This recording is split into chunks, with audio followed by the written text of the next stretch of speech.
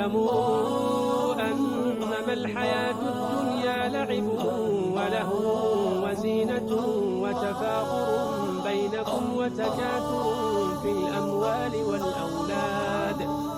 كمثل غيث أعجب الكفار نباته ثم يهيج فتراه مصفرا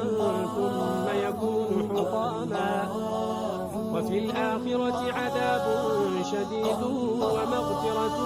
من الله ورضوان وما الحياة الدنيا إلا متاع الغرور سابقوا إلى مغفرة من ربكم وجنة عرضها كعرض السماء والأرض أعدت للذين آمنوا بالله ورسله ذلك فضل الله يؤتيه من يشاء والله ذو الفضل العظيم ما أصاب من مصيبة في الأرض ولا في أنفسكم إلا في كتاب من قبل أن نبرأها إن ذلك على الله يسير لكي لا تأسوا على ما فاتكم ولا تفرحوا بما آتاكم والله لا يحب كل مختال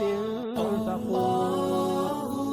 الذين يبخلون ويأمرون الناس بالبخل ومن يتول فإن الله هو الغني الحميد لقد أرسلنا رسلنا بالبينات وأنزلنا معهم الكتاب والميزان ليقوم الناس بالقسط وأنزلنا الحديد فيه بأس شديد ومنافع للناس وليعلم الله من ينصره ورسله بالغيب إن الله قوي عزيز.